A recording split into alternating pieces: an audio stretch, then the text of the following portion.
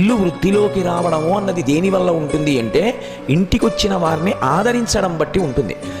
ఒక్కొక్క మహాత్ముడు ఇంటికొచ్చి వెళ్ళిపోయిన వేళ ఐశ్వర్యం విపరీతంగా అందుకుంటుంది. ఒక్కొక్క మహాత్ముడు మనసు చిన్నపుచ్చుకొని వెళ్ళిపోయిన వేళ అంతా అశాంతి నిండిపోతుంది.